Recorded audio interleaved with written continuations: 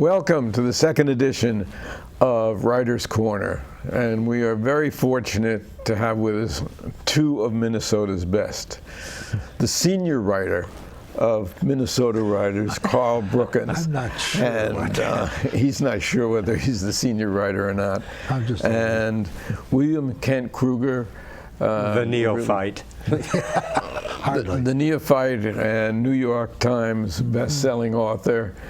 And we have his latest, which is coming out in September, featured right there. And I'm just a pretty face who's going to sit back and turn the floor over to the two of you. And I think people would probably be interested in knowing, since you obviously are a tag team, how long you've been together, how you met, and maybe talk about the crime wave also.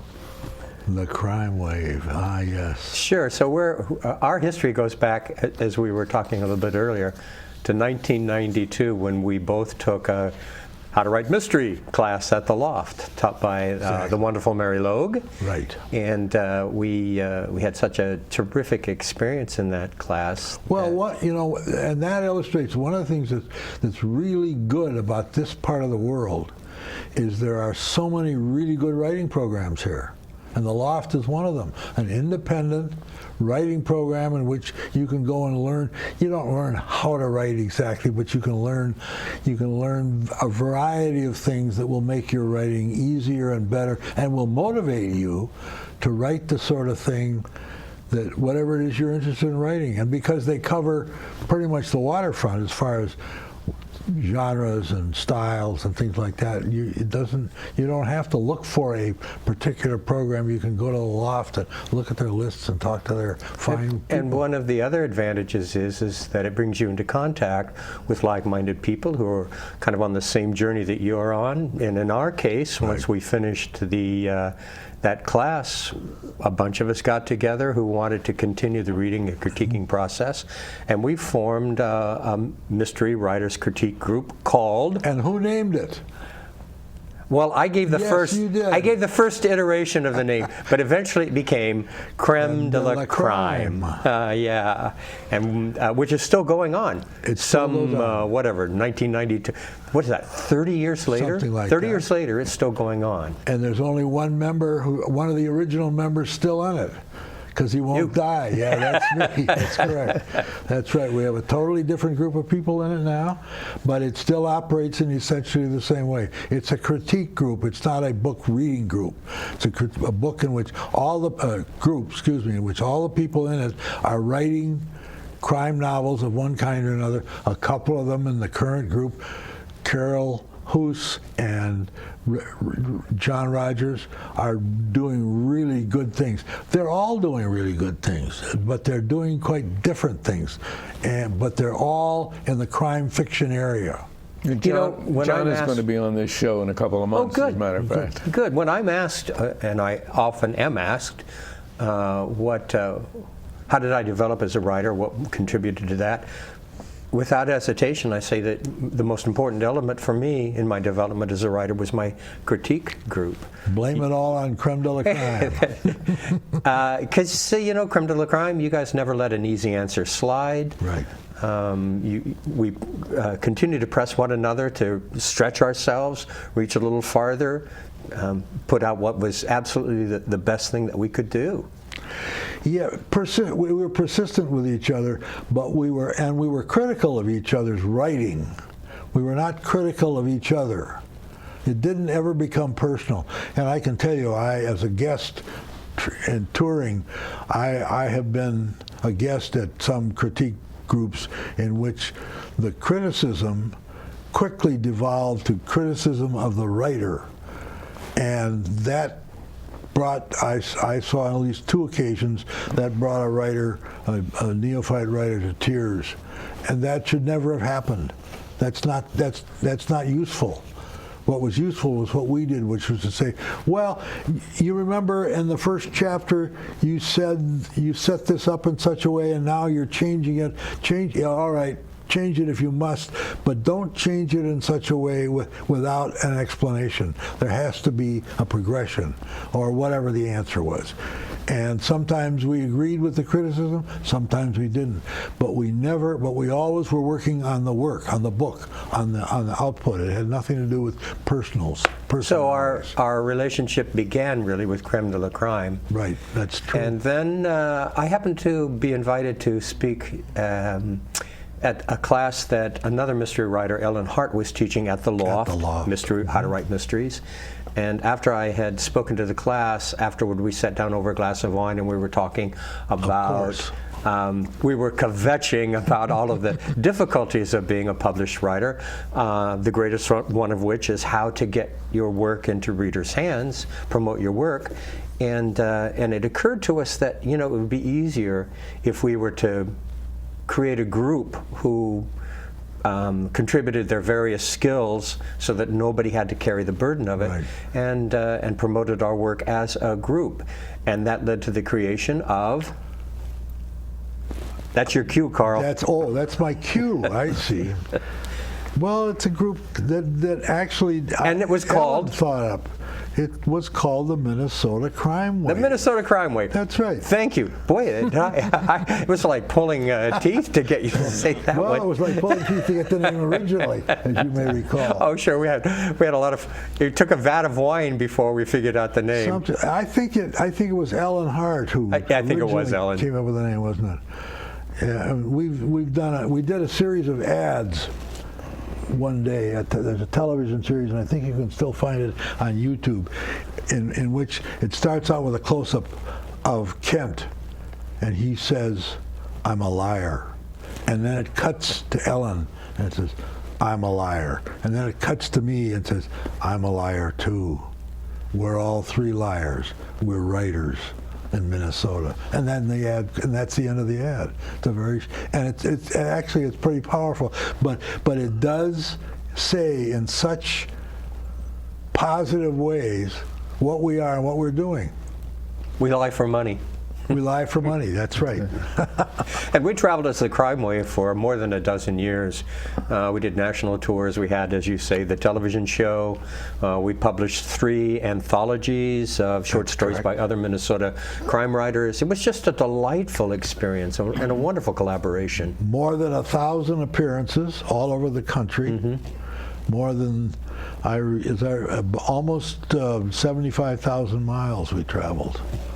Don't you find that there's a disproportionate amount of talent in Minnesota, writing-wise? That has been sort of posited to me, and I think I'm going to disagree with that. I think that there is a disproportionate of talent across the arts in general, and I think that's because of Minnesota. I think Minnesota is a state that long ago committed to supporting the arts here, and it's attracted a lot of talented people to the I think that's true. I think that's largely the answer. But there is certainly a very strong writing community, and everywhere you go, whether it's Duluth or Fargo or Moorhead, up there on the border. Having worked in both places, in television, I have to. And so a subset of that is just an enormously strong group of really fine crime writers. I think that's also true. And you get organizations like the Loft, which is an independent. It's not directly affiliated with any college or university. It just sits out there and teaches people how to be better writers. With great teachers and available just to anybody, really. And I think that's what spawned this show, is the fact that there are so many great writers, crime writers, although we're going to expand into some other areas because there are other areas that are covered that are really great writers here, anthologies and even poetry. And, oh, sure. Yeah. So there's no reason why not. And there's a very active Sisters in Crime chapter here as well. Which is open to males, I might add. Open to males, yes. I'm a sister. Absolutely. I'm a Mr. in Crime. I'm also a member of Sisters in Crime. I've got an application sitting on my desk. Okay, you should join. It's terrific. We have a good time. We have good times. Carl, I'm not sure that everybody out there who might be watching this is familiar with the enormous amount of output that you're responsible for. You have a number of series. It's true. I'm writing actually 3 series, since you bring it up. My most recent books are about my short detective. I was introduced in a fog of some sort to a very short man whose name is Sean. That's his first and last name. And if you ask him why he has two identical names, he will tell you that he doesn't know. That his mother never explained to him why his first and last name are the same, S-E-A-N, and he's a private detective. But he's a short private detective. He's barely 5 feet tall. He has a girlfriend, however, who stands 6'2" in her stocking feet, and he has several idiosyncrasies that I fail to understand why he has them or why they came to him or came to me. But he's a really interesting character, and he solves crimes. He carries a very large pistol if he has to, but he rarely uses it because he doesn't like to shoot people. And he's very funny. He's a very... Thank you. The dialogue in that series is really terrific. And one day, I was standing on the street corner in Sandpoint, Idaho, when I'd been visiting my nephew, and I was looking down the street, waiting. I think my wife was in a store, and I was looking down the street, and I realized that almost 90% of the people walking on the street, Saturday morning, a lot of people on the street, 90% of them were white-haired like me, and I thought, you know, it might be interesting to write a series in which the protagonist is an older detective. So he doesn't spend a lot of time in physical things. He doesn't get bopped on the head. He spends a lot of time looking out the window or looking at people going by and thinking on the answers to the puzzles that he has to deal with. And he's former Army intelligence. And his name is Alan Lockham, as in lock him up. And he meets a woman. He's doing security for a jewelry show, and he meets a woman who is a former exotic dancer. Now, I have a fairly checkered youth, and I will tell you that I've met a number of exotic dancers in my life. And this woman, however, she's not a prostitute. She's a good dancer. She was also a stripper, and she traveled the world with the USO and other organizations, and she learned a lot in reading and study when the show was not on. And of course, she also learned a good deal about how to assess men at a very fast motion. So when you would meet her initially, within 30 seconds, she would have a pretty accurate picture of who you were and what your background, and whether you were somebody she wanted to know. And that spawned another series? And that spawned another series. What I call my Senior Sleuth series. You also have a love of sailing. I do. My wife and I have sailed all over the world, and because of that, I wrote a mystery series about various people having problems with law enforcement and with pirates in the modern era and that kind of thing. So I have all sorts of things on my plate. Now, where did Cork O'Connor come from?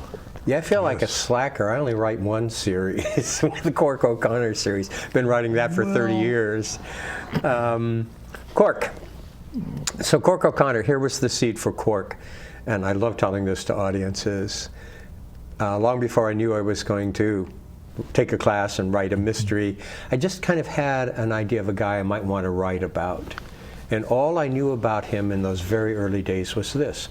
He was going to be the kind of guy who was so resilient that no matter how far life pushed him down, he would always bob back to the surface, and his name would be Cork. Swear to God, that's where it all came from.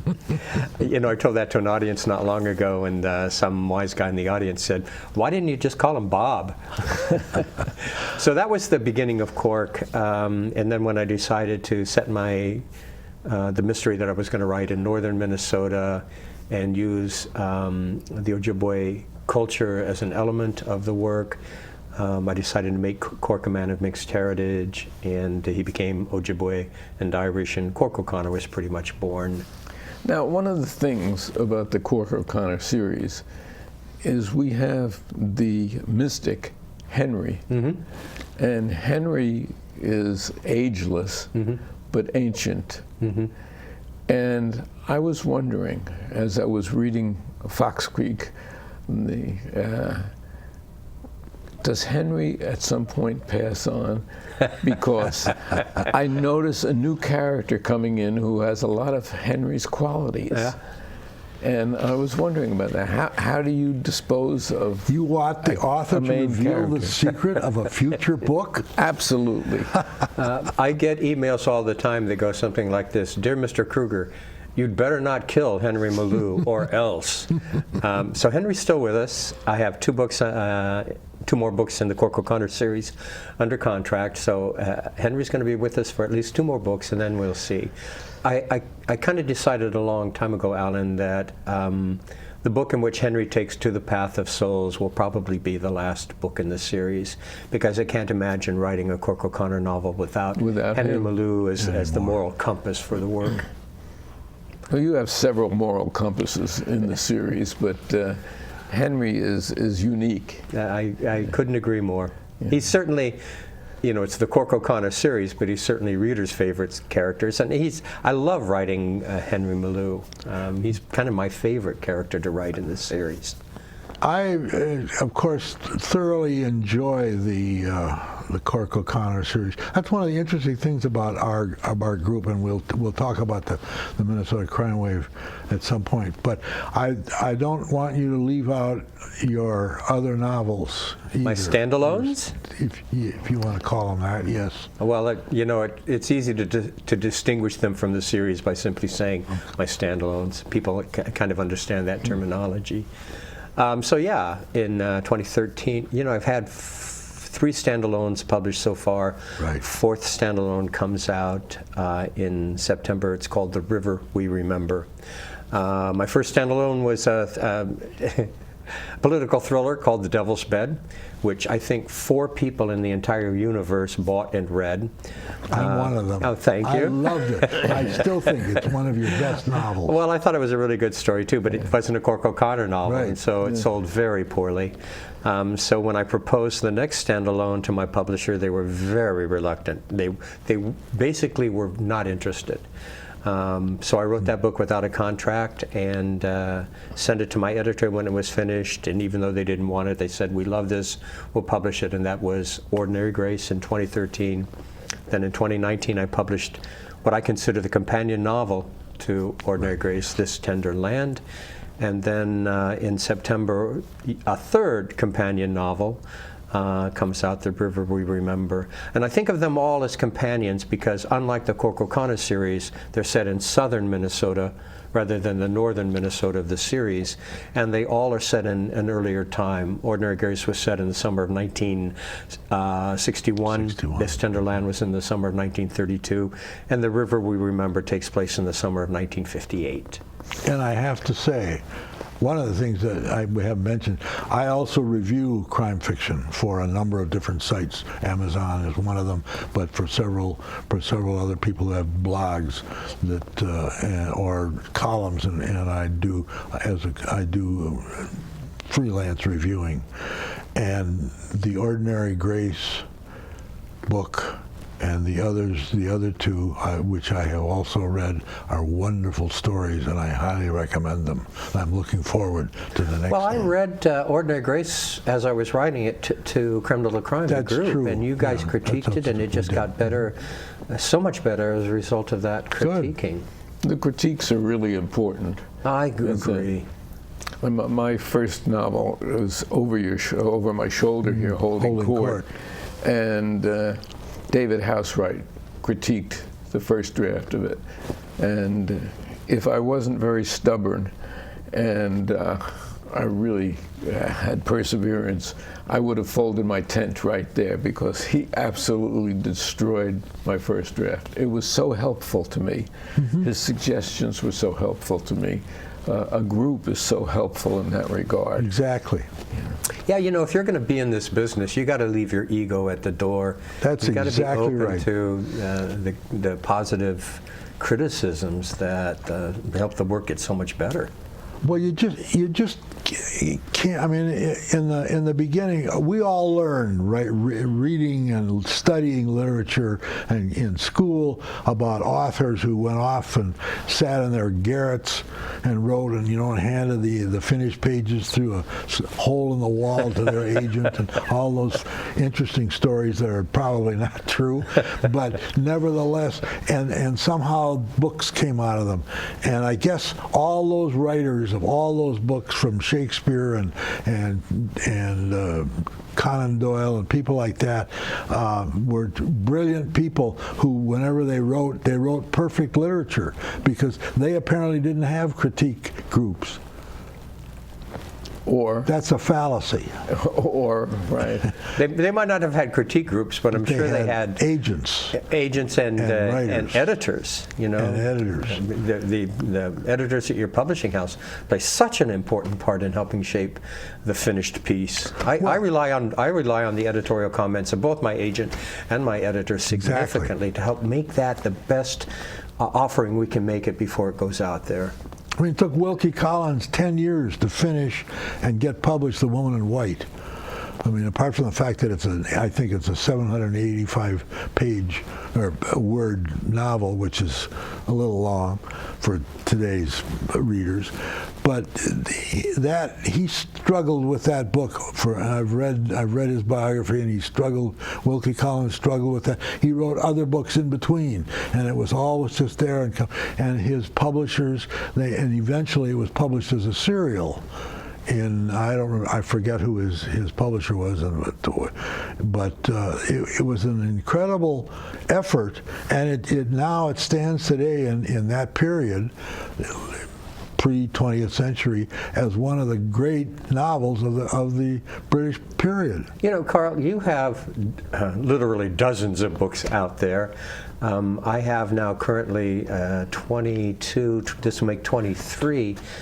I don't know about you, but very early on, I thought, okay, when I've written and published 4 books, then I'll know what I'm doing. I'll have a really good sense of security that I'm an author. I know how to do this.